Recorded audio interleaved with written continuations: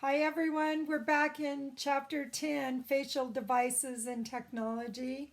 And in this section 10-4, we're going to discuss the magnifying lamp and its uses. So the magnifying lamp right here is also called a loupe. Okay, and it magnifies the face to help the esthetician treat and analyze the skin. Now, here's something you want to remember, it uses a cool fluorescent light bulb. Again, I'm going to say that it uses a cool fluorescent light bulb. And the magnifying lamp has various powers of magnification known as diopters. One diopter is equivalent to 10 times the magnification. So most of the lamps in our industry, they come in values of 3, 5, and 10 diopters. And all that means, guys, is just 30 times the power of magnification, 50 times the power magnification, and 100 times the power of magnification. But the most common is a 5 diopter, and I will tell you that's the ones that we use. But I have looked at a 3 diopter before, and honestly, I would not waste my money buying a 3 diopter. They are less expensive, but they aren't worth the money. I've never looked at a 10 before, so I couldn't tell you much about those. But a very good quality light. It should have a clear lens and be free of distortion. And since you're using this light often, any distortion will add strain to your eyes, and it's going to make it more difficult to see the skin. And some skin analysis devices, they include handheld magnifying tools. They're like a little magnifying lamp, but it's small and it's handheld. Also, Woods lamps, that's another one though, that, well, it's different. I guess, scratch that. It is a little different. And then head visors and cameras that view the skin up to 200 times the magnification. And they can include components that can assess the skin's hydration level as well. I've seen those in medi spas, and you're going to see them more in dermatologist offices.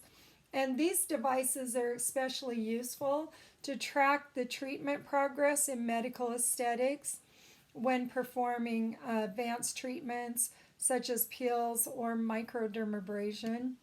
And one thing that is really cool is you can put the peel on the skin, and those 200 times magnification lamps, what they'll do is they can literally track the depth into the epidermis. So they're kind of cool. Again, you're going to see those more in your medi spas and dermatologist offices. So, when to use our magnifying lamp? Well, you should use your magnifying lamp anytime you guys are doing a skin analysis to determine the correct facial treatment. And then we use them during our extractions.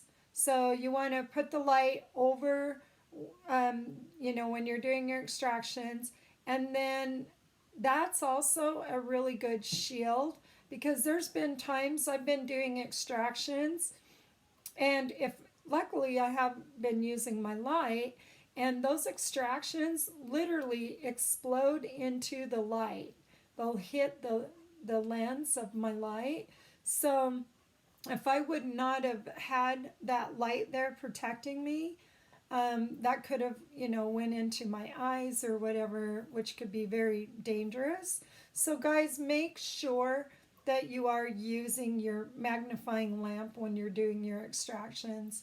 And a really good source of additional lighting, if needed in the room, you can use your mag light. So sometimes I take the light, turn it on its side, facing away from my client, I should say, and then that gives me a little additional light. Or you can just, put it up above the client, not right directly over their face, but up above on the top of their head, that direction.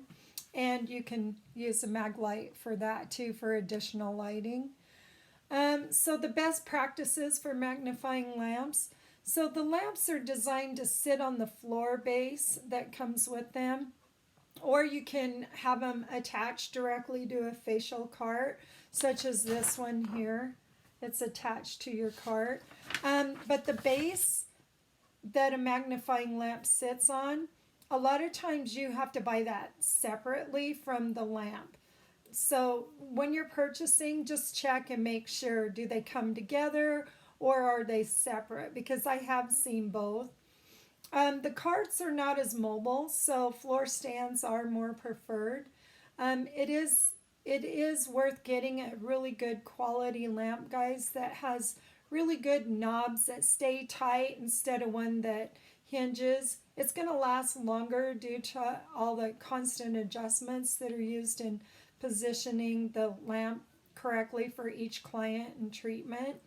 I told you in the last section that I purchased a mag light for $115, which was really inexpensive.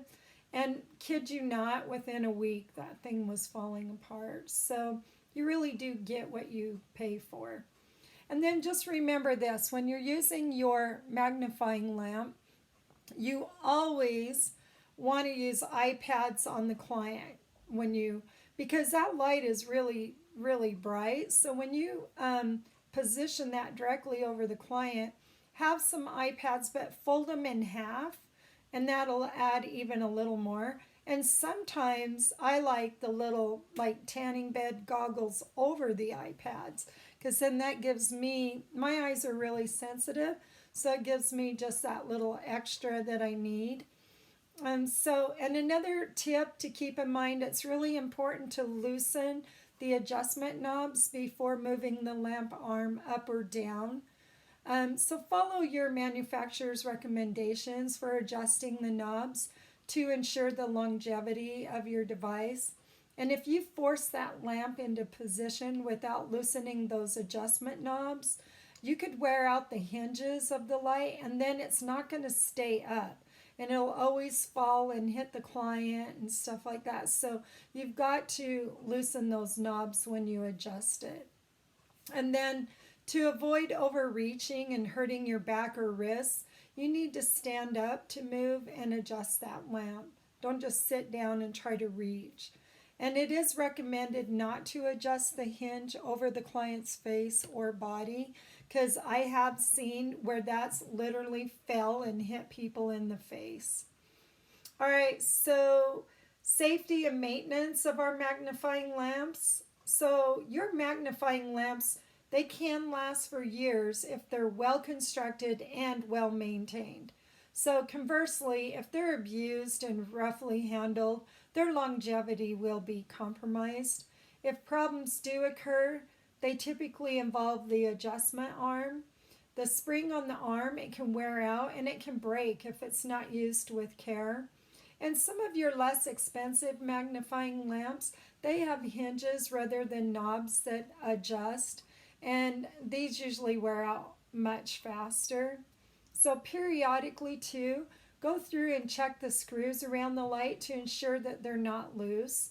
And then the arm and the bolt underneath the base may also need some tightening. So a simple toolbox with some screwdrivers and wrenches is handy to have in the facility. And then to clean your lens, turn off the lamp, let it cool, and then spray it with a disinfectant and a wipe. Wipe it with a soft cloth.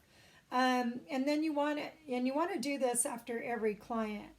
And then avoid using paper products, because paper towels are pretty rough and they can scratch the lenses. And then you've got to use that light for years, and trying to look through a scratched lens, it will give you, a headache over time.